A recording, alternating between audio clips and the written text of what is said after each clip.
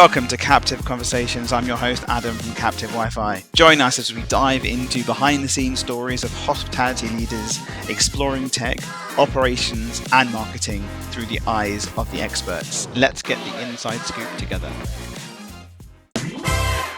Hello, everyone. This is Captive Conversations, episode 26, with Rich from Tenzo, but we're not going to talk about Tenzo just yet, so don't get too excited. If you give everyone a little wave that they can see. Hello, everyone. Hey, how's it going? And thank you for coming on. This was a quick one because we spoke the other day, and you were like, I did this, and then I did this, and then this happened, and that happened, and I was like, mouth drop. So I'm really excited about this one. It should be fun. So, okay, we're going to go straight in. Sure. First question, that was from John Horsfield from Centegra, who we had in yesterday, actually, so that will be in a couple of weeks. Mm-hmm. His first question was, the best gig you've ever been to? It's such a good question, and we'll get into it when we get there, but basically, living in Méribel, where there's après-ski, there's live music every day for 15 years of my life. So, like... How's your hearing? Terrible. It's so bad. Like, working in live music venues, didn't wear headphones or anything like that. It is an issue.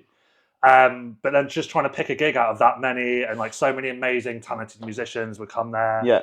The company that I used to work for, we hosted festivals, so we had like some pretty cool people come out. So that's a good question for you. So it's like, there's all of that to pick from. Yeah. But the first thing that came to my head is actually a gig that I went to in London. Okay. So this would have been about 2010, when I was still sort of hanging around London a little bit. Yeah. And before you exited. Before I exited, left the colony.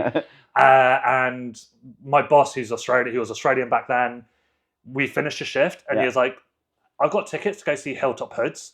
Do you want to come? And it's like, this is 2010. Nobody in the UK has heard of them. Mm-hmm. He only knew them because he was Australian. Yeah. So it was just like, I think what makes it one of the best gigs is it was just one of those random spur-of-the-moment things, seeing a group that was just about to start becoming something in the UK. Yeah. It was in somewhere in Camden. My memories really of it are limited to drinking cans of Red Stripe and just having just the most amazing time. And I think... It's all about the memory that links it. It's the memory that links it, isn't it? Yeah. It's those spur-of-the-moment things like, you know, in France, the best one that we did there that we hosted is we had Charlie Tuna from Jurassic 5 come and do an open air gig atop a mountain. Wow. So it's like, and we'll get into this because my whole life is like this. It's like, we need to, these amazing moments that everybody else is like, that's incredible. But to me, it's like, well, that was just live. That was a Thursday. Yeah, exactly. So, okay, thanks. Yeah, cheers for that. Question 2. What's the best piece of advice you've ever been given? So yeah, this one didn't keep me up all night trying to come up with something insightful, meaningful, and thoughtful. But realistically, I think I've got to be honest. I've got to be very true to myself. Yeah. And my music teacher told me this when I was in my teenage years, learning to play kit. He was, slow down. Okay. Just slow down. And it's applicable to so many parts of my life. Like, I'm one of those people that my brain runs at 1,000 miles per hour, and quite often my mouth can't keep up. Yeah. And I'll be talking, and I'm very conscious of it right now, that I'll start stumbling on my words because I'm just trying to go too fast. Yeah. So that's something that it must be good advice. I think on it very regularly. Yeah. Even at work, where I am now, where I was before, you get excited and you just want to go, and it's like, no. Hyper focusing a bit, right? Stop. Yeah. Slow down. Let's get everything in position first before you start charging. Let's walk before you can. I mean, that's in business as well, right? Everything. Yeah, everything. Everything. It's in 100%. I am the same. Yeah. So, but my wife helps me with the slow down bit. So don't jump ahead. Yeah. So okay, great. And also applicable to any piece of business. Okay, so standard questions. Mm-hmm. Best hospitality experience. So should we do it here rather than? I got to do France. I've just lived there for 15 years. Yes. I've been in London for since June. So it's about 6-7 months. Yeah. So like we were talking to Tommy the other day about burgers in London. Yeah. And I'm like, I haven't been to any of these places. I don't. So much to experience. So much to experience. A whole new world to go to. I mean, best hospitality experience is going to be somewhere in France. Yeah. But I think the applicable lesson there is worldwide. And it's a bar, I mean, it's within the group that I work for. It's kind of cheating, but it's a bar called Capinia. which is this beautiful little Spanish tapas craft beer cocktail bar in the centre of Méribel. And it's not much bigger than your room here. It's like 20 people can get in there max. What sets it apart and is that thing that can be global is it's that cheers effect. You walk in, everybody there knows who you are. You get rich as you walk through the door. Nice. The customer experience, it's that customer experience, and it's that like as I'm like, it's not a big room, so it doesn't take long to walk to the bar. But by the time I'm at the bar, the demi of Peroni's already on the half pint of Peroni's already on the bar, and you know. I prefer the name demi. It sounds much nicer than half pint. It's fancy, isn't it? Yeah, it's really fancy. It's the beautiful thing about France. Everything sounds fancy. Sounds fancier when you speak another language. Yes. Nice. But yeah, like there's many other places I've been to in the world where I've managed to build that relationship with the staff, and it is a relationship thing. It's a two-way thing. You know, it's like, but it equates to your local restaurant, right? You go to your local, they remember you. You keep going and build that relationship. That's why everyone I speak to when I ask about this, they're either like my local pizza place or the pizza place near me where my kid loves and speaks, and you have conversation and banter. I was re-listening to the Ben O'Brien podcast like yesterday, and he was talking about like you guys were talking about the pizza joints we both go to. Yeah. I was like, that is it. It's that the best hospitality experience will always be where you feel like home. Yes. And that just reminds me, like something that was said by one of my old colleagues, which I think is so true to hospitality. You should approach it like you're throwing a house party every day. There's actually the link to a client, and they've got a place in Soho called House Party. House Party, yeah. And it literally, you go in, it is like someone's house. It's like 4 floors, and they are killing it right now. I'm not. Like, it's so clever. It's such a great way to approach hospitality. If you're invited, you should view it as you're inviting people into your home. Yeah. And it should be that welcoming, that warming to come and visit. Just think and the challenge with like the start is hard. But I think before the mass exit, before COVID, before it was maybe easier. 100%. Now with the workforce, I think it is harder. But you do get people who really want to work in hospitality, and then you see that difference. Yeah. In that style of, you know, that the effort is made. You know, some brands are really good at, you know, pushing their staff to be amazing, and I think that's the brands you tend to find that are they're the ones who succeed and push out. Like, you know, they're the ones who grow or become that local pizzeria that everybody goes to. Yeah. I think it's quite interesting because you speak to. I mean, when we spoke to, I've had Gemma and Tommy from Honest, and they were saying that.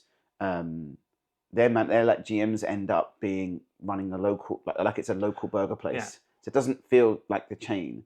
And there are some other brands that do that, but not many. And I quite like that. Like it's they give them a little bit of freedom, and it does feel a bit, you know, like that manager comes up and will see you. And, exactly. Yeah, you build that relationship with your customers, and I think it's something that. Honest Burgers is one of the few places that I've been to, like burger joints in London. I've actually got an experience. And I've got to say, the thing I do love with them, and you see it from top to bottom, is the way they structure their menu. They have that local beer, they have that local burger. Yeah. And I just feel like as a member of staff, as soon as you see that, it makes you view it as more of a local place rather than a franchise or a brand. And that's something that where I worked at for European pubs, we always strive to do is like, be local as much as you can. Yeah. How many locations did they have? So they operate 4 bar restaurants and a hotel across the 3 valleys. Okay.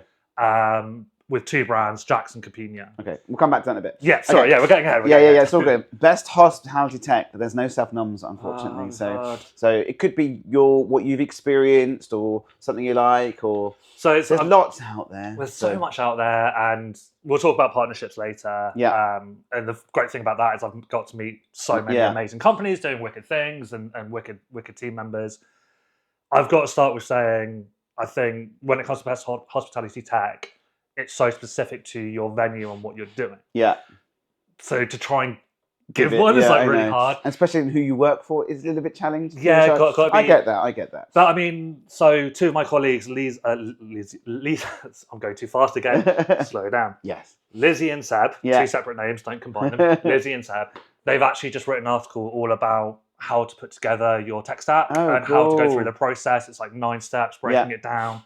And in that, they harp on that point of like, wherever you are, don't just go, because they do it, I should do it. Yeah. And it's even, you know, within the same space, so 2 QSR restaurants that could be next to each other on the street. Yeah. what's great for one is not great for the other. But it's so interesting to see if you do go into 3 or 4 in a row, and they're all using different similar solutions. Yeah. I think the main key point here is probably most likely that it's recommendation, right? It's that's why when you speak to someone that's got a similar tech stack to you, in hospo, it's all about what do you use, who you use, and so on. Yeah, it's also it's been one of the we can slip past that question if you like. So, but yeah. Well, it's been one of the most entertaining things for me since I've moved from hospitality to hospitality tech. Yeah, is when I was when I was an operator. The amount of times I would go to a tech supplier, any supplier, and be like, "Here's my really unique problem. And I need you to solve this unique problem." And now I'm on the other side. I'm like, we actually all had the same problem. We all thought we didn't. And it's I think it's a big thing in hospitality. It's a door that maybe needs to be broken down a little bit. That more communication amongst ourselves, just share those dirty little secrets we have of because it's a very scary thing to go from operating a big business and being like, we're screwing up in this area. I need to fix this area. You don't want to announce that to your competition. No. But the reality is they're probably all dealing with the same thing. And actually, if you talk to each other about it, you can solve it together. I tell you something that's quite nice that since in the last couple of years, it's really interesting. Operators now are sharing those problems and talking to each other about it, which is really weird. Do you know why I think why? Tell me. COVID. Yeah, I agree. I wasn't going to say that. I was skipping past it, but you're right. It's changed everything. Everyone is so much more open that they'll have that conversation of shit. Our sales last week, but or this isn't working here, or we're in the duff. What do we do? Yeah. I got to close X.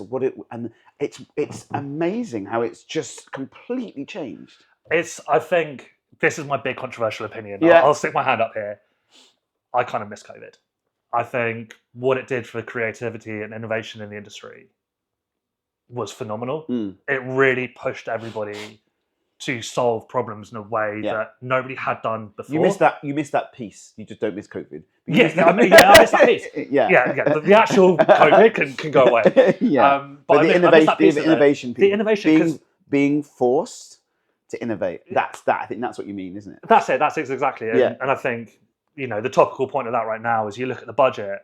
And a lot of the conversation around it's very negative. And I'm just sat there going like, oh, that could be more people. When we had that other thing going on a few years ago, we took that problem and it was horrible. It was very, very difficult thing to deal with. I would never skip over that. But we all found a solution to it. And we all had that British stiff upper lip. We'll figure it out.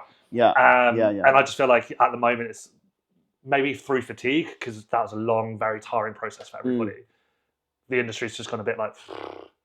I think people are taken aback. They sort of knew it was something was gonna happen.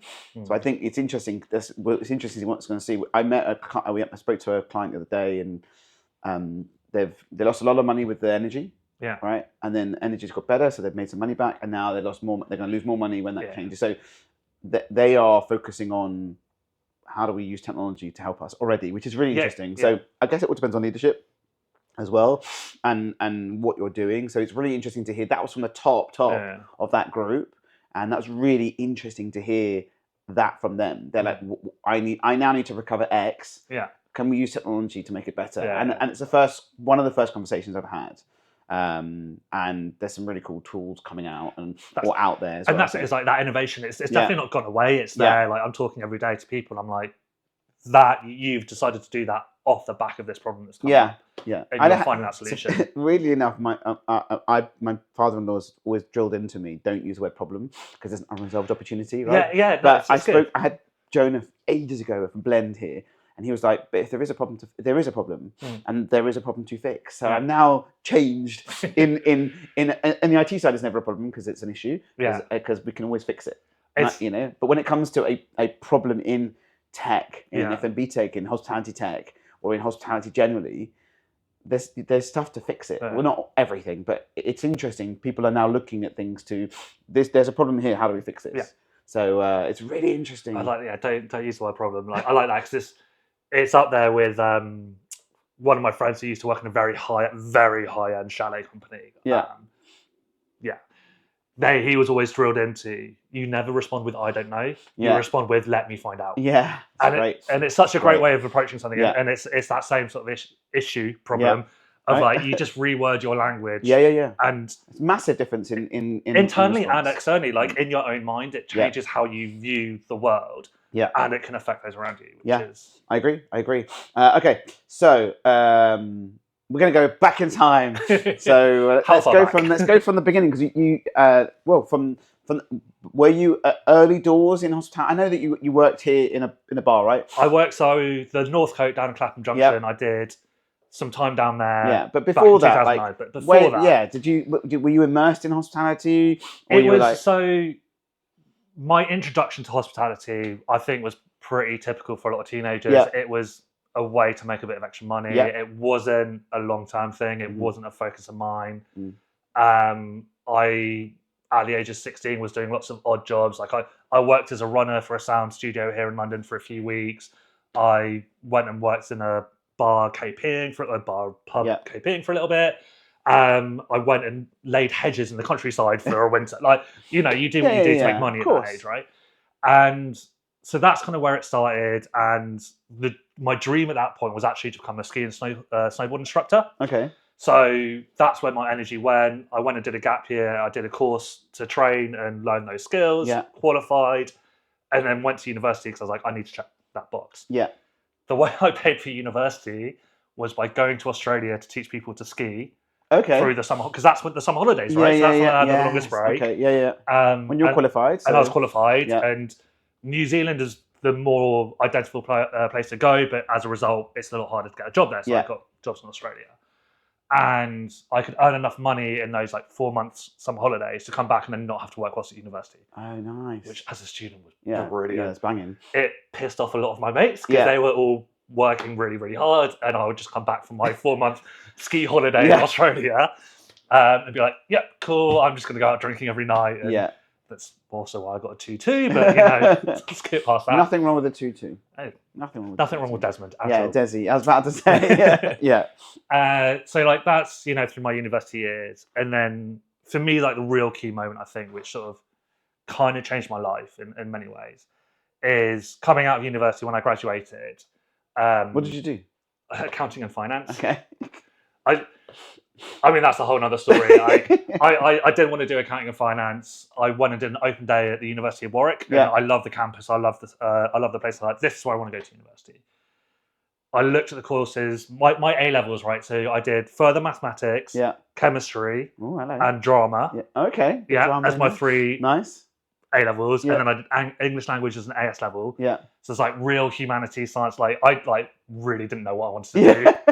Outside of I want to go skiing every day, I didn't know what I wanted to do. Yeah. So I wrote to Warwick and I was like, look, this is what I'm doing. This is what I'm predicted. Yeah. What courses am I going to get in on? Yeah. And they sent me a list. I didn't go through that list. Accounting and finance was at the top of that list. I was like, that will do. So I did that. I graduated 2009. Yeah. So as the financial crisis hit, that's when I went into my 3rd year of university. Oh, that's great. Doing an accounting and finance degree. Basically turned up for my 3rd year and they went, yeah, we're going to have to redo a lot of this stuff. Yeah. Which kind of just further disillusionized me about that sort of thing. Yeah. So that was all going on in my life. I had some personal stuff going on in my life at the same time. And what ended up happening through fate, chance, whatever you want to call it, I missed the boat to go back to Australia that summer. That had been the plan. Yeah. I'd missed the boat for reasons. And my brother had just moved to London. So I was like, you know what? I'll go live on a sofa for a summer. Yeah. I know I'm going to France at the end of the year. So I just need to get through these next 5 months. We'll figure it out. So I went and I slept on the sofa for the whole time. And just went and started handing out my CV like you did back in those days. You actually had to go in places and speak to people and give CVs. Yeah. And everybody told me to do one, apart from the Northcote, which had just been bought out back then by Geronimo, which has since been bought out by Young's. Yeah. And they, for whatever reason, Tim, the manager there, went, yeah, we'll take you on and give you some shifts. I worked there for 2 weeks before it then shut down for renovation. Yeah. Oh. Well, no, it was. I was aware of this. It's all part of the plan, and it's part of their training regimen. Is I would then go and work in other venues for them. Oh, perfect. During that period, so that was not a problem. I went and I got sent to their site that I think was called the Queen's Head or something like that in Victoria, And there I met a guy called Ryan Torrey, who is entirely to blame for the rest of my life, basically. He was a great boss. He was the assistant manager there at the time, and lovely dude. He now is an operations manager for Shepherd's Neame, so he's still in London. Yeah. Still in contact with him 20 odd years later, or 15 odd years later. And basically, I worked for him for a week, and I then went back to the Northcote. Yeah. And as soon as I got back to the Northcote, my boss there, Tim, pulled me aside and he was like, Ryan from the place in Victoria, he was really impressed with you, and he wants me to put you on the management path. Is that something that would interest you? And that was the first time, I think, in my entire life, somebody had given me positive or like valid positive reinforcement. In a professional manner. Yeah, like, of course. It's not like my family horrible. in a professional manner. Yeah. And I think that was just like, hang on, I'm actually maybe good at this. Yeah. Like, maybe I should check this out. And that kind of like, I didn't take the path on at the time because I already knew I was going off to France and stuff. Yeah. But then as a result, I did the summer of 2009 with those guys, and then I came back in 2011. Yeah. 2010, I went to Australia again. Did one more year there. Kind of realised that the ski instructing thing wasn't for me anymore. Like going outside in blizzards when it's raining and coming in soaked, freezing cold. I was like, actually, maybe it's not the idealistic thing I thought it was. So 2011, I ended up back at the Northcote, by which point Ryan had become the general manager there. Okay, so and so he'd moved over. Yeah.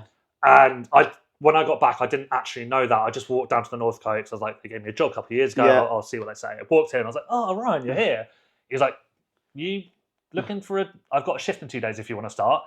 I was like, yeah, perfect, sweet. Back on my brother's sofa for another summer. He loved that. And yeah, so I did another summer there. And it just became this thing for a few years of my life of, as I was transitioning over to France, whenever I was back in London, I would just pop down, and Ryan, I think, was there for like 4 or 5 years. And I'll just pop down, poke my head, like I wouldn't even call a head, like this is kind of who I am. I wouldn't even call a head, I wouldn't even plan a head. And I'll just pop my head and he'd be like, 2 days time? Yeah, cool.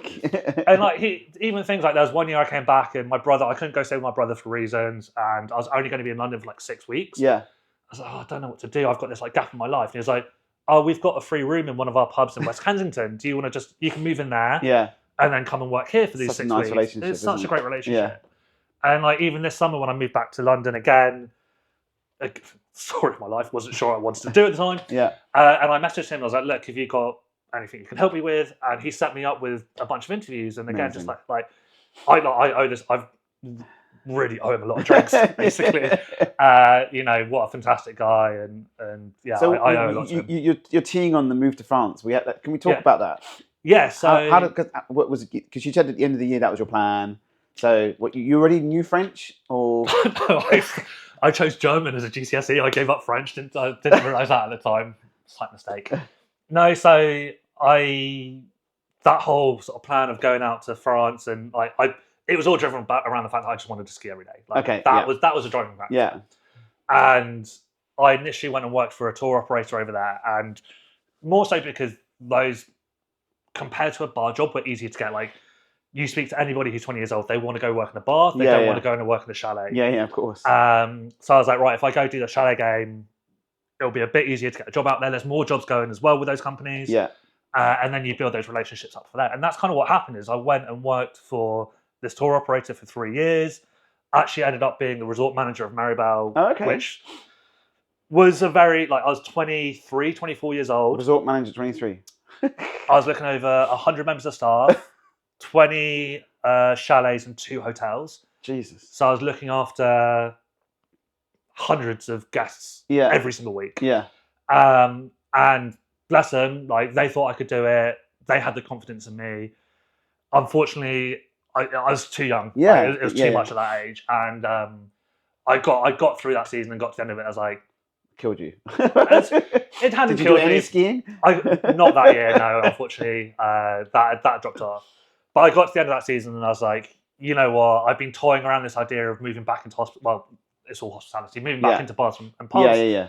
More F&B. Not F&B, yeah. And let's go do that. So I left and managed through those like relationships I built, got another job being an assistant manager at one of the other pubs. Yeah. And they were open year round, and I was like, cool, that's finally unlocked this thing for me that I wanted, it being able to be there, all year, working for those guys all year round.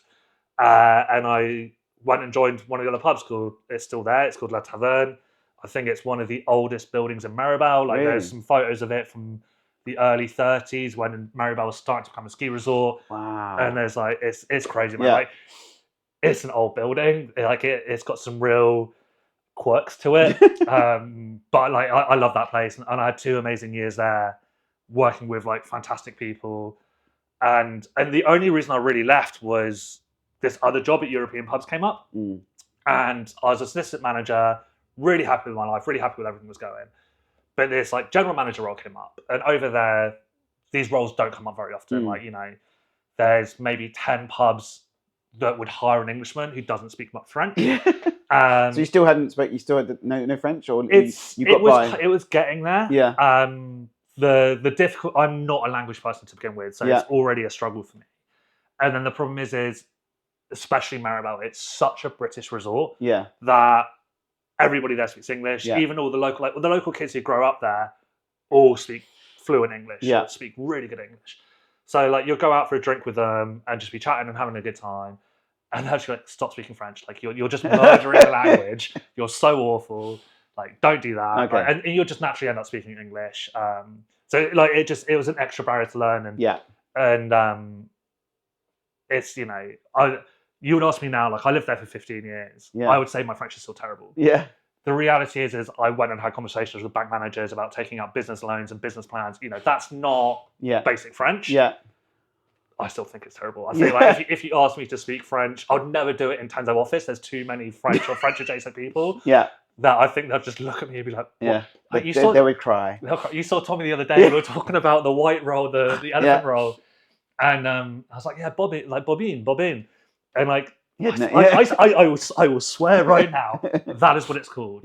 And he was like, "What are you on about?" Kitchen towel.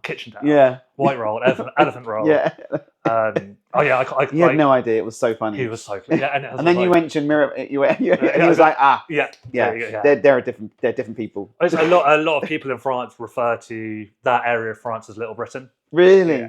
Not in the TV show way, but the first time I heard it was around the time the TV show was a thing, so I think like it was a bit of a connection. Just not the characters. But not the characters. But I mean, like that whole situation, like it led to some interesting experiences in life. Like the reaction from some people, like it's the most bizarre thing, right? Being an immigrant, basically, it's what I was. Like, I was an immigrant in another country. And but probably adopted quite well because you said it's all English by some, but not by others. And that's it. Is like so I had some very weird experiences. Like there was one afternoon in the summer, so it's like quite quiet in the pub, and there were these 2 guys, 2 older gentlemen, I should say. They're probably in their 60s or 70s at the time, so they'll be much older now. And they were just like they were slagging me off in French. Like I knew enough French that I knew what they were saying. But it's one of those things that in hospitality, you just water off the duck's back, whatever.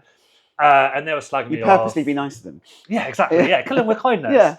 And they were like, damn English coming here, taking all the jobs, like real that sort of language.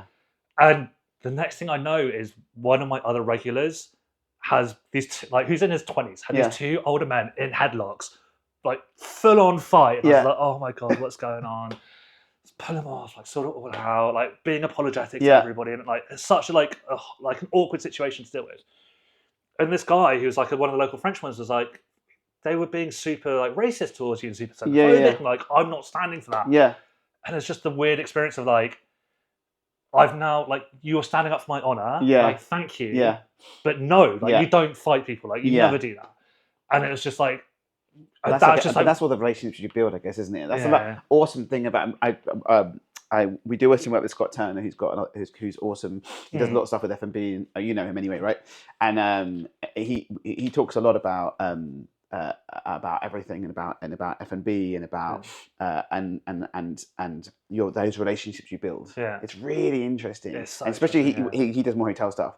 So it's really interesting on the relationships you build and the stability of what you have, and then the people, the regulars, right, who have that relationship with you that sort of want to protect you. Do you know what I mean? But it's difficult. It's difficult. Yeah. But it's like it was amazing though. It's such a great community, and luckily, I mean, like that's a story from like the mid 2010s. Like nowadays, it's just not a thing, and everybody that generation's kind of moved on, and it's so much more welcoming now. And the reality is like, well, the older people have, but they've moved on. They've moved on. But it's like, so where I was working with European pubs, that a big part of one of their values is being a part of the community. Like back in the day when they first opened 20 years ago, it was a real fight of like, we're not Brits taking over. Like we want to be part of your community. And so where's HQ? Is HQ? Where's all in France? It's all in France. So okay. they are owned by 7 shareholders, who are all based in the UK. Yeah. And the managing director, Charles Owen, is based in the UK. Yeah. But he's pretty hands off. Like their philosophy, and I think it's why I worked for them for 10 years, and it's a big part of the reason why I worked for them for so long. Which is like, I don't want to be a guy in an ivory tower telling you guys what to do. Yeah. You're the guys on the floor, on the front lines. You tell me what to do. He has the overarching vision and strategy of like where the company's going to go. Yeah. But day to day, and it's I've worked places where you get that person phoning up and you're like, you're £200 down on budget yesterday. Like, what's going on? Sort it out. And we never had those conversations. Yeah. Like at the end of every week, we'll get together and review the week, and he'd be like, okay, you're up or down on budget or against targets. Like, what's going on? And you'll just explain. It's like, it was I was going to say Bluebird Day. It's a bright sunny day. Yeah. So that means that everybody's up the top of the mountain. They're not coming into town to have lunch. So we're a bit quieter.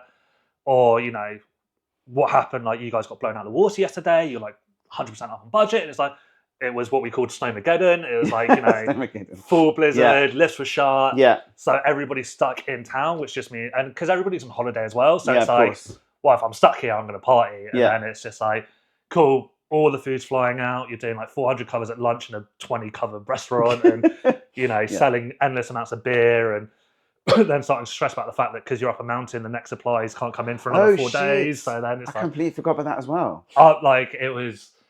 You have to be so organised up there, because like even so beer deliveries, which is the core part of what you want, we got delivered. Why is there not a microbrewery up there? Hey. To the land's too expensive. Oh really? Like the plots of lands are just too expensive. It was something.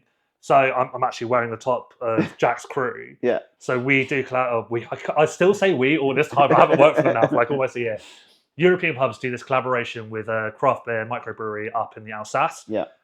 Called Saint Cru, and they do a Jack's Crew thing, and it's a candied orange peel pale ale. I still know all the jargon. And that's done off-site because we looked into trying to do it locally. Yeah. To like be more environmentally conscious and not be shipping it halfway across the country. And it's like even down at the bottom of the mountain in a town called Moutier, which is like the service hub of the area, land's just like insanely expensive, and you can't justify it. Even 20 years ago as well, or just that wasn't really thought about then? Who did microbreweries 20 years ago? You're right. True. We were on the forefront of this in France like 6 years ago. I will say France was pretty behind the times on that. Like part of the job over the years was coming back to London back before COVID, we would come to London for a week and do face-to-face interviews for all our staff. Nice. And part of that was a research trip to just go what's going on. So see what's going on in London. Yeah. And you're on your own little isolated area, I guess, right? It's a bubble. So up there, you're in a bubble. Time just freezes, I guess. Yeah, right. It's this like ignorance is bliss, like beautiful world of kind of it works. So forget what's going on, but then you also it's kind of one of the reasons that there's 1,000 reasons why I ended up leaving and moving back, but one of them was I was just starting to feel that disconnect was a bit too much for me. Yeah. But it was things like during COVID. Because we were in our own little community up the mountain. Yeah, we were kind of like we only really interact with people when we go down to like do the supply shop. So it's, when we go down there, we wear our face masks, we do the sanitation and everything. As soon as we're back up, it's like we're our own little bubble. Yeah, it's really interesting. Very quickly, things got pretty lax. Caused a few problems along the way, but it was one of those things. That's where it's something we talked about for years, and I was like, oh, this is driven home now. Like we really are quite secluded. Yeah. Like it's one of those drunken 2:00 in the morning chats we quite often have of like zombie apocalypse, what's the plan? And we're like, well, we just block the road off at the bottom of the mountain. And we've got our own, like they're not coming over the tops. No. So, like, we're cool. Like, we're sweet up here. You're And just then starved. COVID happened, and we're like, you're just oh, starved. this is real. Well, no, because you've got, in Méribel, you've got all these private chalets. So they're all stocked to the hilts with dry stores. Yeah. Oh. So, like... So zombie apocalypse, you're fine. Yeah, we're fine. Yeah, they're empty, so it's fine.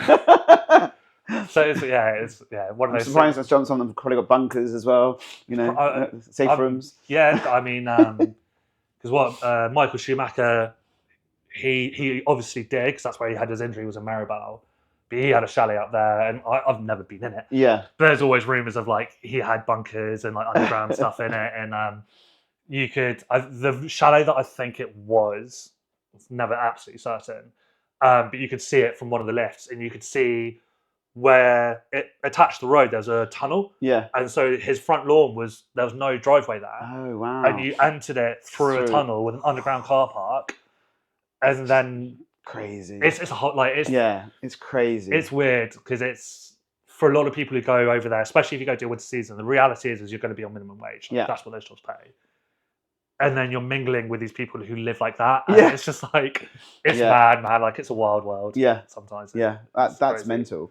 Okay, so then, 15 years, how long were you there? I was there for 15 years. So what, you started at the other place, then you became GM, and then did it tee up to like... Yeah, so like it grew and grew and grew. So I joined European Pubs as a GM, and I worked one of their sites is the original Jack's for 4 or 5 years, I think it was. Yeah. And the company grew to a point where, so back then we had 2 sites, Jack's and Evolution. One was like real après ski bar, bit of sawdust. That's where I worked, loved it. The other one was this great, amazing bistro, brasserie sort of thing. But we could turn over maybe about 100,000 euros in a year, and like that was capacity. Like, we couldn't do anymore. Yeah.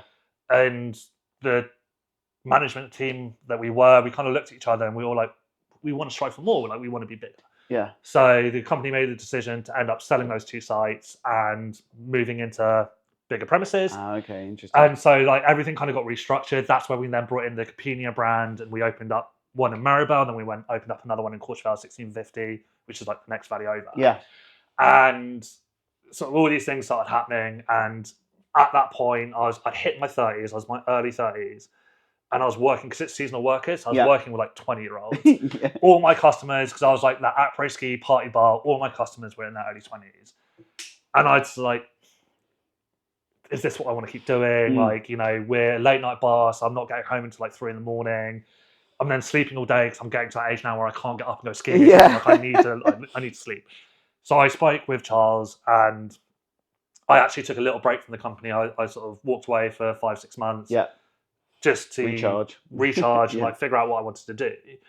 And he came back to me a few months later and went, right, as a board, we've gone and built this strategy now. Like, we're looking at growth seriously. And we want to go from having these couple of little sites to having all these targets, like, millions of euros revenue in X amount of years' time, and this many sites, and yada, yada, yada. We want you to come and drive that growth. Yeah, nice. Which I was like, that's amazing. Like, I get to stay out here. I get to stay working with you guys. I love working with you guys.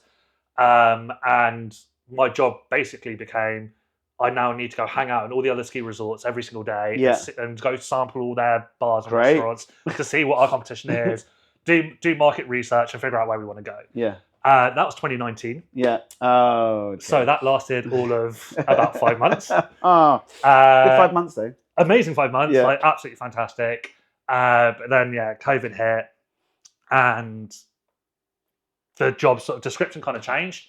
And what we did at European Pubs during that time was we internalized the focus. Yeah. So most businesses, to be fair, as most businesses did. But what I loved about it from my perspective is we had one of my colleagues, Jimmy, who's been with the company now. He's still there, I think, 19, 20 years, basically since the start. And he's head of ops, whatever you want to call it. He's technically general manager, but he's a head of ops, like COO, whatever you want to call it. And so he focused on the operational side of things. He dealt with that, like, right, how do we serve without serving? How do we deal with all of that? We were also dealing with Brexit at the same time, and like not allowing people. Yeah, we can get back to that in a second. That was an absolute mind chaos. But what it meant for me is I got to focus on our processes. So I started dealing with change management and project management and looking at probably was never done before, I guess. No, like on the fly. it was working, and it wasn't broke, so we kept doing it. But because we had this grand plan of scaling, it's like, well, none of our processes are scalable. Yeah, get the template in place. Get everything in place. Yeah. And so that's when we then went out to tender on our POS, on inventory management, on workforce management. So you got thrown into tech. So I got thrown into tech at that point. Nice. That's when I first met Tenzo. Yeah. We became a Tenzo customer as well. Okay. And what was the POS originally then? Original POS was Tavares. Okay. Which is like, it's a great system, and they served the job for what we were when we were that company. Yeah. But when we moved to the bigger site, we needed the handheld tablets. Yeah. And like back in 2019, I think they were just starting to roll it out, or I think they were maybe on a Windows phone or a Nokia phone. And I'm a bit of an Apple whore, and I was just like, I want to go to iPad. Yeah. I personally think it's a more intuitive system. Yeah. And so I was like, that was part of the decision-making process for us. And so we moved to Lightspeed. Okay. And that was... Well, technically we moved to Icon 2. Okay, K-series, nice. So, I mean, I went to go meet Lightspeed at their offices in London Bridge and had an in-person demo as we were going through like the tender process. And on the lift out, I'd mentioned during the process, I was like, everything about the system I love. Yeah. But we're a very report-driven company. Yeah. We're very data-driven, and the back of house, when it was Lightspeed, was a little bit lacking compared to other products on the market. And so, as we're taking the elevator out, the sales rep, like it's statute of limitations, probably not a problem now, but I won't name his name. He was like, "Look, I'm not telling you this, but I am. But we're about to buy Icon 2. Yeah. Go check them out. You're going to get the front end of Lightspeed, but the back office of Icon 2. Yeah. And that will happen before your next winter starts. Yeah. I guarantee it. Best conversation ever. And I was like, okay, cool, amazing. Thank you very much. Went away, checked out Icon 2, and I was like, so you were given the demo of the L series, basically. Yeah, I think it's what went on the previous one. Yeah. Yeah. Okay. Interesting. And I was like, boom. Yeah. This is what I'm looking for. Yeah. And so we ended up implementing. So who implemented that? Was it a local partner that implemented that? Are you this guy? So you went direct to Icon 2? Yeah. So Icon 2, they sent over like a team. I guess kind of like what you would do is like come in and install the hardware. Yeah. But the actual setting up of all the system and all the buttons and everything like that. So you got really deep. That was all me. Wow. And I just. If I've got any issues with the Lightspeed case, I can give you a shout. Back in 2019, That's awesome. Yeah. So I really got thrown into it. To be fair, looking at that platform, it isn't too difficult to do once you've had a look at it. So there are some challenges and stuff, but it's pretty intuitive. It's really intuitive, and because we were able to port over all of our products from Tavares to Icon 2 as well. So it meant I didn't have to like go and re-enter the thousands of buttons we had. Yeah. Well, and what's the internet like where you were? Was it all right? Or was it... that's another... It's still pretty ropey. Technically fibre optic has been installed in Méribel now. Yeah. I think half the town's still not actually connected to the network. The same way in the UK, everything's through BT. Yeah. In France, it's through Orange. Yeah. So just naturally by default, you end up on the Orange network for all your internet. And one of the things I had to deal with, even still like in the last year when I was working there, was the Orange. Like they've got the Orange box that sits in the back corner somewhere, gets super dusty. Probably about once a month, it would just die. Yeah. And you would have to go reset it. Yeah. And the way I could tell that is the Tenzo report will come through the next morning. And it'll be half the amount. Like we'll be super down on budget, or like it'll be showing. Look right. It'll be like we had no sales yesterday. I'll be like, I'll get like the directors phoning up, being like, "What's happened? Like, why is it all going wrong?" I'm like, "Give me 20 minutes. Run into the bar, reset the thing." It's like, okay, cool, yeah. So, and I'm assuming payments non-integrated, so you don't have to worry about that. Yeah, it still works, right? It all still works. Yeah. And it's like, again, it's one of the things I loved about Lightspeed, and more systems I think do this nowadays. Yeah. Is when that happened, everything got stored locally, so it was never lost, and that was absolutely fantastic. That's so interesting. So you actually went through the whole tech stack change. I drove the whole tech stack change. I did all the tenders. I learned so much in that process about change management. Yeah. So that's a lot. That's a lot. It was a lot, and with like no venues? real. So back then it would have been 4 venues. Okay. 3 venues. So sorry, 3 venues. Yeah. And like a whole suite change. So you did stock. You did people, POS, data reporting. That's a lot. A couple of years later, we then added ATS. Yeah. for recruitment. Like bounced You around. set them up nicely, man. Not work. It was a lot of work. Yeah. It was a lot of work. It was a lot of change. What was the adoption like out of interest from like going from... with Lightspeed, it was not great, and Yeah. that was fully on me. Yeah. Because I'd never done anything like that before. Because I'd literally just moved from ops to that side of things. Yeah, I was yeah. I know everything. I know how we all think. I know how we all work. Yeah. This is how we're going to do it. And then the other guys started using it, and they were like, I hate this system. What have you done? Yeah. And I was like, okay, yeah. Let's have a chat. I don't know everything. I need to like talk to people. So it's like, because it was all a bit of a process. It wasn't. It's interesting because we speak to POS and operators and everything, and you have to make mistakes to learn. 100%. And it's really interesting because you've started afresh. You've put it in because this works. I know how it works. So I've done it, and then you obviously make that mistake out raw. Yeah. But then obviously the communication piece. But it's interesting. Everyone I speak to, they're like, "Oh, we shouldn't. No one wants to make mistakes." But it's not about that. Yeah. If you make that mistake, you kind of have positive change afterwards. And it's so a couple of years ago, a couple of years now. I eventually went and got certified in project management. Okay. And went and got, it's called the PMP, Project Management Professional from the PMI, Project Management Institute. Yeah. And Charles from European Pubs, he drove me to do that because he's like, look, you've done all the base work now. Yeah. Go make it official. And during that process, like, they talk about project management from initiation to closing, like all the stages and everything like that. But where they really focus is on communication, and especially that finishing point. Yeah. And it's something that, like, until I did that course, people had told me this repetitively, but I don't think it settled in until I did that course of, like, you don't finish when you go here. Yeah. You finish 2 months later when they're like, thank you, we're that's good. amazing. Yeah. And a lot of people can learn from that, because I think we've done other projects with other POS platforms and other projects with like integrators. Yeah. And it's very much, here's the keys. Yeah. Well done. And then they're like, so we've done our project, we've handed over all the infrastructure for our client in the city. Everything's awesome on our side. Because we do that whole piece with helping with the POS and everything else, they're still reeling because things aren't working properly. Yeah. And we are like, the conversation I had literally yesterday, where she was like, where does on the IT side of what we do, where does the role end? And I was like, well, whatever you need us to do, we'll help you with it. They're putting their hair out because they're just opening.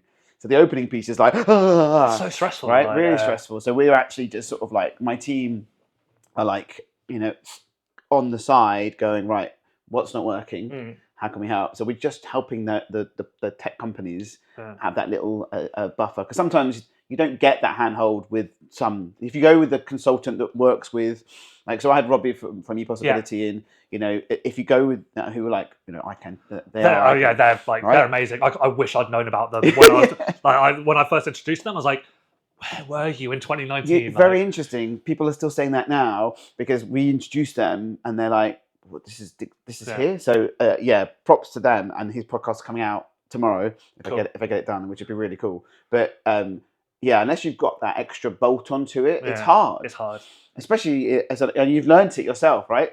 So you're right. But the interesting is, you said it's the 2 months after, which I'd never. We're always present, but you're right. It's so true. It doesn't end on the day of opening. No, it doesn't at all, and it's like. One of the most stressful parts about the job that I had in France, just working anywhere there. Yeah. In a way, we're opening a brand new we were opening 5 brand new venues every December. Yeah. Every year. Yeah. From scratch. Like, we had to hire 100 members of staff from nowhere. Oh my God, it's all new, isn't it? It's all new every single year. Wow. You got to renegotiate with everything with your suppliers. You got to reopen. Like, some of the places were open all year round. Others are closed half the year, and so it's starting fresh, and there's so many great things about that you get to start fresh because you get to do new things, try out new stuff. But then there's also the fact of, like, I've got to find 100 members of staff. I've got to get them all visaed as well, because a lot of them are going to come from Britain. So with Brexit, thank you very much. And now I've got to go through that whole process, which is like a 3-month process. I've then got to accommodate them all because nobody has homes out there. So I've now got to find accommodation for 100 people as well. It's so stressful. And then training, if they don't know how to use it. And the thing is you don't want to bring them out too early because you've got to pay for them to be there. So you're trying to bring them out as close as possible to when everything kicks off.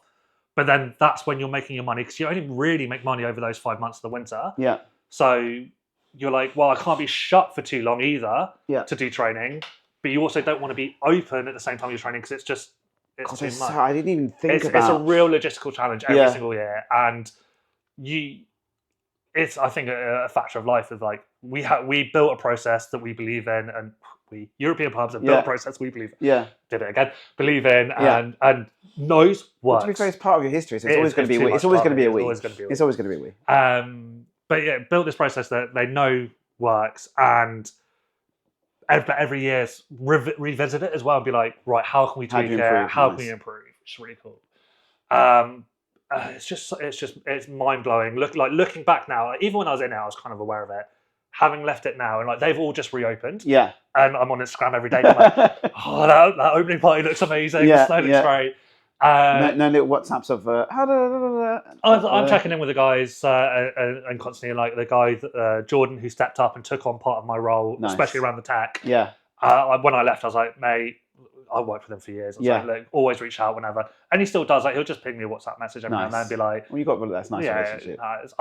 That company, I think, to the day I die, if they called me up and went, "Can you help us?" I'd be like, "Yeah, I'll drop whatever." Yeah, just on Zoom though. Yeah, on Zoom. I mean, if they're going to pay for me to go over there for a few days, I'll take that too. Yeah.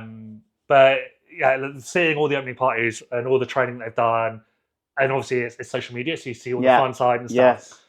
And then I sit down and sit back for a second, and it's like, oh, it's not 3 a.m, so I can relax. Yeah, that's the really fun stuff they've dealt after having spent 2 months like working every hour, every day. Yeah. To make that happen. The preparation to it. And you don't have that here, right? It's just constantly churning. Yeah. It's just constantly going. God. And I think this is where I'm intrigued to see how my life pans out over the next couple of years. Because working there is this real roller coaster of. You make all your money in the 5 months, December to April. Like that's 90% of your revenue comes from those 5 months. Like I said earlier, there's live music every single day. It's all go every day. You don't really break. When you're not working, you're going skiing. So that's why you're there. You make the most of it. You just don't breathe. And then you get to the end of April, and everything goes off the cliff. And we used to joke around the fact that in May. I wouldn't see anybody. Yeah. And I'd go from people around me all the time to May. I'd kind of become a hermit. That's hard, right? I'm a fake extrovert as well. Like I'm actually like my social battery recharges in small conversations or like by myself. But if you were to meet me, I think I come across a bit extroverted because I'm very chatty and just talk crap for hours. And so that May was so key to my survival of becoming a bit of a hermit, like going down. European pubs over the last few years, we started initiating the whole company shut down for 2 weeks in May. Oh, wow. So back in the day, we didn't do that. We'd work all the way through based on community. Like there's still people who live there. Just there's no tourists anymore. Yeah, of course. And every other business in town was shutting. And we're like, we're not shutting. We want you to have somewhere to get out of your house. Nice. Go be sociable. Yeah. So important. But then I think it's 2020, like it would have been 2019 as we came out of that COVID season. Our head chef, our head of ops, they were like 400 hours overtime in 3 months. Wow. Because they were just so busy. Yeah. And we're like, we need to, like, COVID kind of forced it, but we were like, we need to start initiating this, make sure people get that break because it's too easy.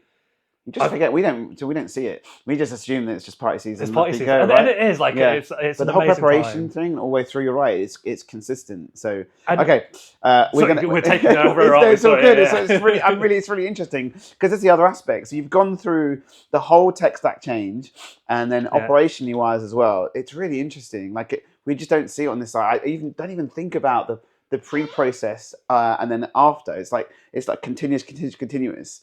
It's like, even summer here is, you might get more tourists. So it's mental. Okay, so the end or finishing? So the end, we haven't even got to the end yet. Yeah.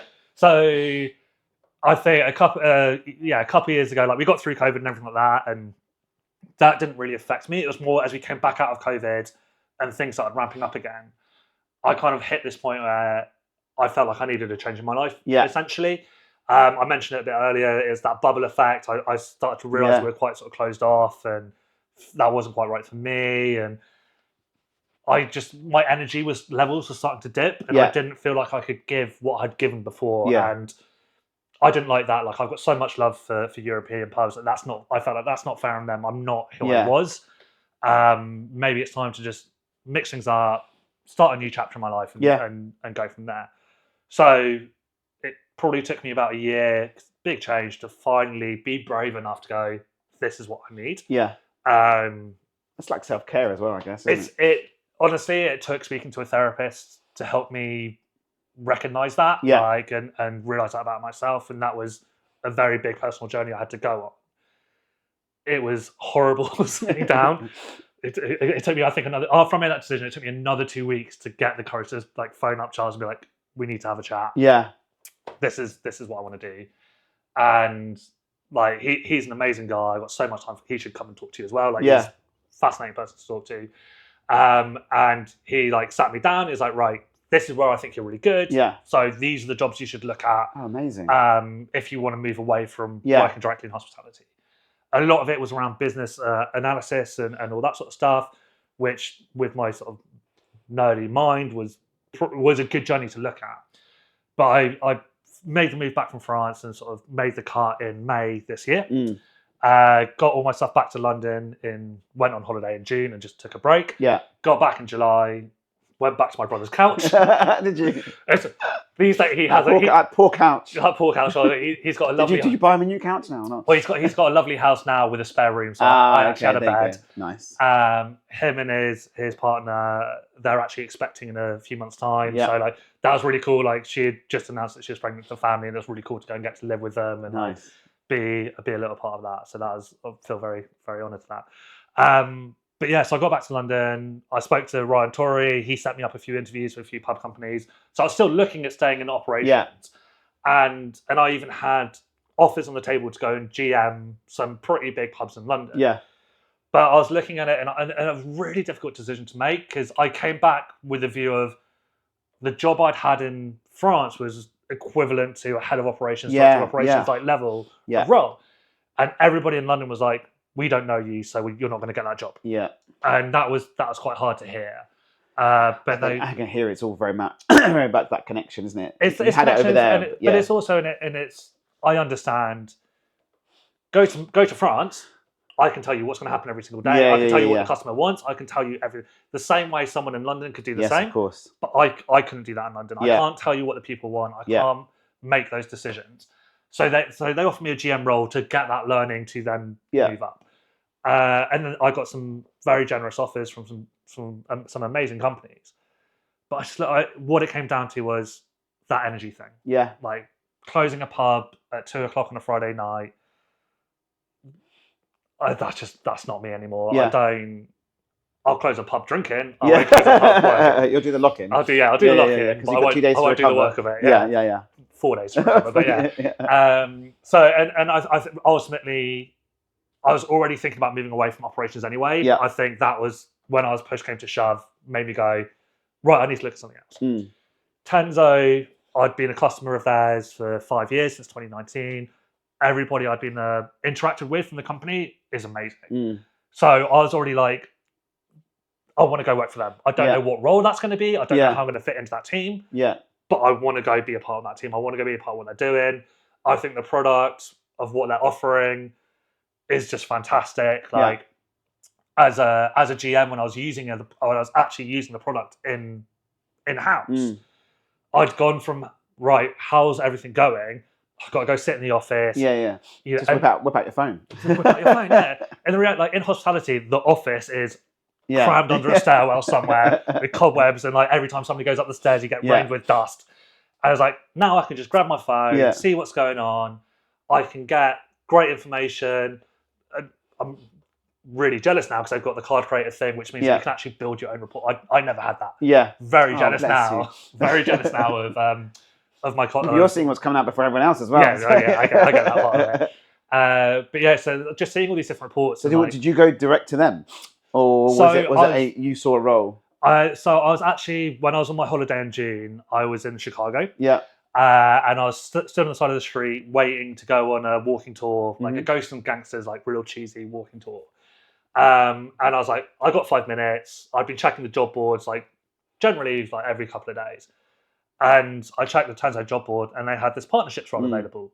reading the job description. I was like, cool, that keeps me social. Like, it's what I love about hospitality. Yeah. I'm going to get to work with Lightspeed, Market Man, Plan Yeah. Day, companies I'd already been working Yeah. with. Nice. I was like, I'll be honest, I didn't really know what the job was, Yeah. but there's a lot of stuff there that I was like, I think this is lining up pretty nicely. Yeah. So on the side of the street, on my mobile phone, Yeah. I sent in my application. Okay. In my application, I even had to write, it's like, this, I'm doing this on mobile because I'm actually on holiday at the moment. Yeah. And I don't have a laptop to do this properly. Yeah. Like, if things don't attach correctly or if the formatting's wrong, Yeah. please, like, I really want to work with you. Yeah. Please just reach out. I don't care about the fact I'm on holiday. I'll speak to you guys. I'll Yeah. sort it out. And that was like, I was in America for a month, and that was probably first week that all happened. Yeah. So I was stressing as well around like, what if they respond and I'm in like in America and Yeah, like time time zones. zones. Yeah. And fortunately, I think the email came from like the team or HR, so I Yeah. don't know who it was. I imagine it would be Seb, who runs partnership. Yeah. But he sent me an email being like, thanks for the application. I'm in the US. Yeah. Well, no, he was like, don't stress about it. Yeah. We know your situation. We'll organise it for when you come back. Like, Okay, nice. You know. Yeah. Seb's pretty cool. Like He's pretty really relaxed. cool. Yeah. I think I applied within about 5 minutes of the job going up. So they're like, we need other people to apply first. So we've got a bit of a spectrum. So like, Yeah. you know, we're not going to rush. Yeah. So like, yeah, that's sort of how that one panned out. And I very much reached out to them and then went through the interview process with them. And that, even from that aspect of it, was a very enjoyable process. Yeah. Everybody was really open with me. I'd actually applied for a job with Tenzo a couple of years before when I was first starting to think about leaving France. So I'd already spoken to Christian and Adam, the two founders. Okay. I'd already spoken to Maury, who's like our chief of people. Yeah. And so like, it was a real, like, it's quite an awkward interview process because they're like, normally the candidate would go speak to this person now, but you kind of already have, and you're a customer of ours, so you already speak to us quite regular anyway. Yeah. So I've asked him about you already. Yeah, it's like, we'll set something up. You guys will have a chat just to like, maybe some more finer details. But there's a few times that it's like, this is supposed to be a broad spectrum chat. Yeah. And then we'd end up speaking about like really specific things. It's like, well, we've already done the broad spectrum because we know each other. Yeah. And then, they, I guess some point in August went, congratulations. Do you want to come join the team? Yeah. Yes, please. Like, when can I can start tomorrow? Yeah. An hour ago I could start. Yeah. So I started on the 3rd of September. Yeah. And sorry, hit the mic. Right. Bless Seb. Like, I love him for this. He normally only comes over to the UK for a week. Yeah. Every quarter, just to touch base with. He came and did 2 weeks for me at the start. Yeah. I think that's when I met you. That's when he first met me. Yeah. I think an Attack on Toast event or something. And it was a whirlwind 2 weeks. Like, I got introduced to everybody in those 2 weeks. We had our offsite as well in those 2 weeks. I mean, it's on my LinkedIn. You can go. I can't even remember. It's on I had to write it down. So I was like, "This is wild, man! Like, I've joined this joined this company, joined this job, and it is like full whack. Right? It was full whack, and I loved it. I loved it from the very first minute, and everybody in the team as well at Tenzo is just like so kind, and welcoming. It was just such a great. And also, I guess on our side as well, not on our side, but on our client side, Sarah went to Lightspeed. Yeah. Right, so that was she was that side here. Seb was the other side. Yeah. It's a lot of partners to work with because the partner network is freaking huge. Right? So it's nice that you're now into that piece as well. Yeah. So I hope I've come in and settled with everybody, and a lot of the people from the different teams I've met have been really kind and given really nice feedback and stuff like that. So well, it's weird. It's weird because you. I mean, obviously it's nice being an operator, but it's weird that you implemented it at the business and used it all the way through and are now working at the business, which is sort of a natural generation of how it should work with most things. But then you're on the partnership, not even on the sales side, you're on the partnership side, which is even more interesting because you're now, as you said, you're speaking to like the market mans and the deputies, and they're like, "Why are you calling me?" Yeah, and like so it's really interesting on that side. So yeah, I think I will give that company props about is the partner network and how communication is done. It's pretty cool. And that's been a whole nother journey in itself. Is that communication piece? Like, it's and getting an early night. But it's going from hospitality where, especially over in France, there's maybe a lag behind the way things are done a little bit. Yeah. Just just naturally. Do you think going back to that? Do you think that the European pubs is definitely way ahead of everyone else over there, or are they slowly sort of? I would say more the Three Valleys as an area now is way ahead of most of the rest of France. Yeah. I will be arrogant enough to say I think at the start of my journey with European pubs, like 10 odd years ago, it was specifically European pubs. Yeah. But now all the other venues up there, they got on that train. Nice. And because we're all such a community together, very much realise it's that cliched rising tide lifts all ships. Yeah. When people choose to go skiing, that's like, that's our first fight is like, we need to get you to pick Méribel before you even pick coming to my pub. Yeah, of course. So we need to make Méribel, or nowadays the whole Three Valleys, so that's nice. It's a nice community there. Everyone helping each other, right? Everybody helping each other, and it goes back to those festivals I spoke about at the start. It was a thing that all the pubs and bars did together. Nice. Because we were like, it's a community. We've got to do it together. Yeah. That way, there's a bit more money behind it. There's a bit more marketing behind it. Yeah. If we do it solo, it won't necessarily get off the ground. And if we can bring more people to Méribel, especially in the quieter weeks like Christmas, New Year, Easter holidays are always going to be busy. January it normally gets a little bit quieter. Yeah. So interesting. So it's like, can we try people in those weeks? It's interesting. I guess that over the years this will change. Operators and talk more, but it is really interesting how that community piece, and also you're in that bubble as well. So it's a little mini. Like in London, you have operators talking to each other and having chat. So it's interesting. I'm glad that things have moved. I was talking to a client it was like a coffee place in Paris the other day about custom Wi-Fi. Yeah. And they were saying there's government legislation where you have to keep the MAC address of the device to do like terrorism laws or something like that. I don't know what the government law is. It's like really anti-copyright laws and terrorism laws. Like you have to keep the data for 12 months. It was really interesting. I was like, well, we do it anyway. So I was like, doesn't matter. But it was like, loads of other people don't. So we have to be really careful. So the place I worked at for European pubs, La Taverne, when I first joined them, and bear in mind this would have been 2011, their POS, not POS, it was one of those old school tills. Everything had a mechanical button. Oh, awesome. And to get the discounted price, you had to press that button first before you press that. Like, it was awesome. And in France, you have to keep, I think anywhere, you have to keep a record of every transaction. Yeah. That was kept on a physical printed receipt roll. Wow. Which you have to keep. Underneath, right? Which is underneath. Yeah. Which I think you have to keep for 10 years. Wow. So up in the eaves of the building was decades of records of transactions all on paper. Wow. And wow. Then they got bought out by another company in France, and they brought in a digital solution. Yeah. Which is like SD just card. Amazing. But it's even so COVID in France really drove digitization of a lot of records. Okay. So before COVID, like a lot of HR stuff, you have to keep records of for 3-5 years, whatever it is. Yeah. All timesheets have to be by the week, handwritten, hand signed, with a handwritten sentence that basically says, I, as the employee, agree that this record is correct for this weekly period. Still now? Signed. What did you say? Or Still now. Wow. Still now. Now, you can print them. It doesn't all need to be handwritten. Yeah. But you still need to, and I think you can scan them. But you still have to physically print it off, sign it, crazy, rescan it, and then save it as a digital copy. Yeah. And like that's mental. It's mental, man, and it's. I feel sorry for all the HR systems out there, like, or even anything. Like, you have to anything. It's such a slog, and I will admit, like, we have somebody, or European pubs have somebody who deals with HR. Mika, she's fantastic. She actually got into HR because she joined SBIT, which is Seasonal Businesses and Tourism. Yeah, which is actually also run by Charles Owen of European Pubs.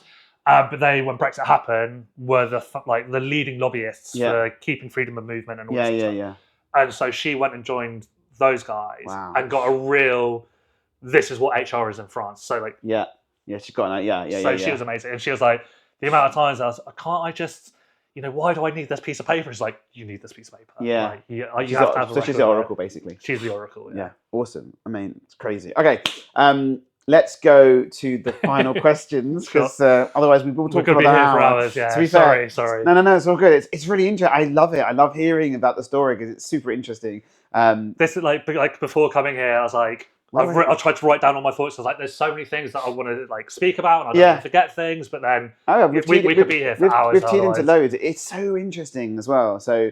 And also gives everyone that overview, like the visibility of stuff, because people just think it's a destination. And I think any holiday destination you go to, credit to all the people who work there, because they managed to make it that experience for the customer. Yeah, I agree. And a lot of hard work that just doesn't happen. That doesn't just happen overnight. No. And so like I have so much. Whenever I go on holiday somewhere, your eyes are open. I guess I'm as so conscious of it, and it's. I used to do events, so whenever I go to an event, I'm like, my eyes are like, why? There's the critical part of you that I hate. I can't turn that off. But I'm also like, I'm one of those people that I will never complain. Yeah. Not because of that British won't complain thing. It's like I can see how hard that person's working. It's not their fault. Yeah. This is going on, or like especially a holiday destination where it can be so hard to get a maintenance man. Yes. Like when I worked at Jack's, it was a running joke that we had to replace our toilet seat probably every 2 days because it's loads of drunk people coming in, and it became this fight between, do you buy cheap, which means it's definitely gonna break, or do you buy expensive and maybe it won't break, and then we have to stock them because I can't just go down the street to a hardware store to buy them. So I had to have 20 toilet seats in my back room because they were breaking so regular. And it's like, it's a 20-minute drive down the mountain to go buy a toilet. And you can't just order on Amazon. Amazon's going to take a week as well to get to you. Really? So it's just all these little things. True. I've been speaking to people that we don't have Amazon yet. So okay. So sorry, we're moving on. It's so interesting. Okay, let's go to the final questions. Let's do best restaurants. Best restaurants. I'm totally going to cheat and name Capinia in 1650 Courchevel. Okay. They were the number one ranked restaurant in TripAdvisor for about 3 years, I think it was. Okay. Keeping in mind Courchevel, I believe this is true, have the highest density of Michelin stars. Wow. Like per population anywhere in the world. Yeah. So like they amazing food, fantastic tapa, Galician inspired restaurant, wonderful staff, wicked team who work there. Even still now, like with the regeneration of people who move on. And they're beating out like 3 Michelin star restaurants around the corner. Like that says a lot. Like I recognise the bias. They're one of the places I worked with. Yeah. But they're fantastic. Yeah. Well, I guess consistency is another thing as well, right? So massively, and I think maybe helps the bias because I know it's consistent year to year to year, which is not an easy thing to do. No, of course. Best burger. In your experience, I'm going back to France again. For me, it's split between the Bad Boy from Jack's, again somewhere I work with, kind of cheating, but they have a jalapeno chutney in the burger that's like the perfect spicy, sweet. Like I would eat that thing by itself, but on a burger with bacon and cheese and everything like that, fantastic. Yeah. The other one I've got to call out is a place called Chez Beef, which is like a hole-in-the-wall burger joint in Méribel. And his whole thing is like his burgers are like the size of your head. Yeah. Massive bits of like rustic French bread, like great quality, like not a burger bun, like proper quality bread. And then the melted cheese on top is scraped raclette cheese. It's just filthy, man, like so good. And then this year I've seen he's been advertising. He's bringing out a smash burger. Yeah. So I'm like, when I go back, I don't have anything planned yet. But when I go back, I want to check that out. I think that's going to be brilliant. Nice. So Chez Beef. So you need to experience more here, I guess. So on the next time, when I speak to you next time, have you been to Bleak? Have you been to? I've not done Bleak. I've done Honest when they did their free giveaway for the Smash Burger release a few weeks ago. As in, we went to the new one, or no? When they did their 100 free burgers. I was at the Grab and Go yesterday. How was it? Freaking awesome! Yeah, I did a little video and I had to post it. So it was that good? Oh, it was. I saw Tom, and when I saw Tom, we were speaking about it, and he was like 3.5 minutes. I was like, "Shut up! I don't believe you. It's impossible." He goes 3.5 minutes. I was like, "That's not going to happen." You go in with your stopwatch. I didn't have to because I get the receipt. It prints out a receipt. Sure. So I was like, And I got there just before the massive rush. Well, there was already a queue. I went in. I nearly went to the wrong one because I was like because there's one round the corner. Sure. So there's like two just there. There's one normal one. Anyway, so I went up, ordered 3 minutes. 3 minutes, and then I sat down. I was in awe. And still like amazing quality and stuff Same like as that. going into the restaurant. Amazing. I mean, it was just this is the world I've got to experience. Oh I've got man, to go check out. I mean, I've had others in Soho, and it doesn't compare. So yeah, props to that and the quick turnaround. But yeah, so you need to experience. And I'll send you a list, and I want to hear. I mean, like this will go out on LinkedIn with like I'll be tagged in it.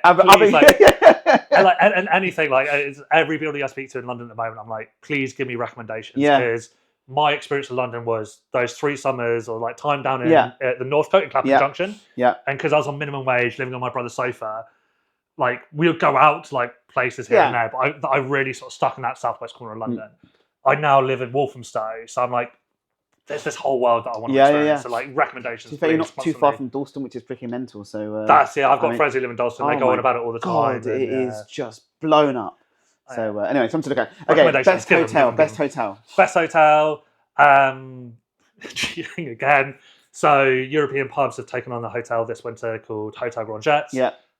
It's actually connected to Jack. So are they just in F&B or they're running the hotel? So previously it was run in conjunction with a tour operator. So they just like staffed and fed it. Now it's fully operated by the company. So it's like fully taking responsibility. So it's like I know the hotel really well. Yeah. The tour operator I worked for initially when I went to Méribel had the hotel. So like I've known that place for 15 years. It's right up against the slopes. A great location. The rooms are right next to. What's it called? It's called Hotel Grand Jets. Okay. And it's connected to the Jack's Bar in Méribel, which is like the flagship venue. Yeah.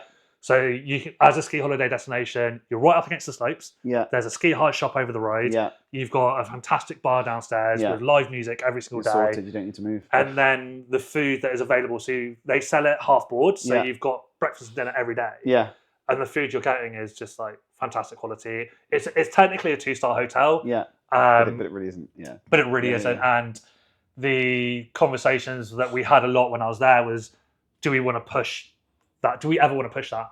And it was a conscious decision not to, because Méribel's full of 6-star hotels, 5-star hotels. Of course. It's like we need, I'm going to say budget. Yeah. It's skiing. Like I recognise budget is budget. But there needs to be a more affordable option, I think, is that way of putting it, for people. And we're gonna hit that level, and we're going to hit that level amazingly. Yeah, amazing. And that's what they're doing. So nice hotel. Nice best hotel. 2 questions for the next guest. 2 questions for the next guest. So my first one is, if you were to operate a single site hospitality business, what would it be and what would they do? Okay. You know, I think is that retirement plan of like, you know, when I'm older, I want to have my little wine bar tucked away somewhere. Yeah. Like what is that for you? Nice. My second question was going to be the advice one that John Sol. So I'm sorry, I'm going to have to check my phone quickly. So I wrote it down this morning. But okay, so this is based off my experience this summer of trying to move out of hospitality operations and expand my horizons. And it's very hard. So what do you think can be done to help hospitality staff transfer into new roles? Okay. Yeah. I think a lot of people that you speak to who work in hospitality, to them, it's not a long-term thing. Yeah. And part of that problem is after 5 years, what do you really have to help you move to a new job? Yeah. The outside world kind of still looks down on hospitality a little bit as you went and just got drunk for 5 years. Yeah. What skills have you really learned? Anybody in that area or in the space knows that's not true.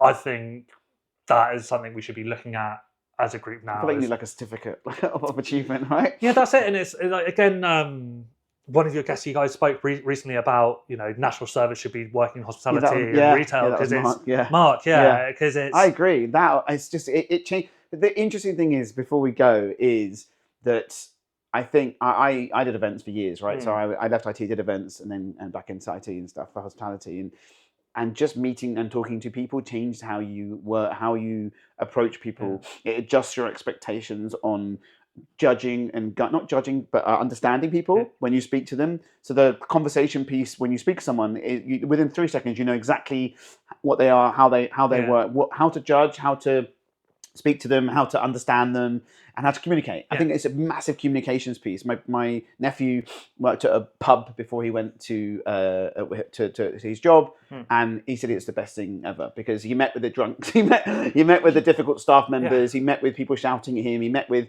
managers, and you learn to deal with so much people skills, but also issue resolution. Yeah, 100%. Like when the toilet gets blocked at 2:00 in the morning, and like you have to deal with it there and then. You can't just leave it. No. And you learn that ability, I think, to prioritize tasks as well, because you have to. Yeah.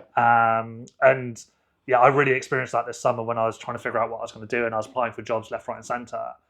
Like people are like, "Well, you worked hospitality." It's like, really interesting. It's like, well, yeah, and these are all the skills that I've learned, and I had to be like, this is how I'm going to transfer it over to you. Yeah. And then I speak to my friends who doing accounting and finance, they then went into the accountancy work. Yeah.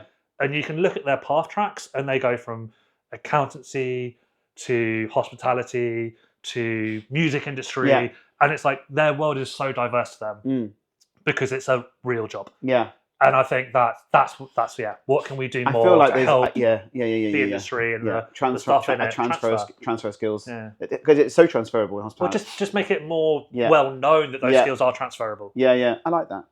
Okay, thank you very much. You can give everyone a wave. I'm going to do a so they can hear that too. So thank you so much for coming. This is really interesting. It's so interesting. When I met you, as I said, I was like, huh? And this is just, blown my mind on how that operation side works. So thank you so much. No problem. I'm going to shut up now because I can keep talking. You're allowed to. So bye-bye, everyone. Bye.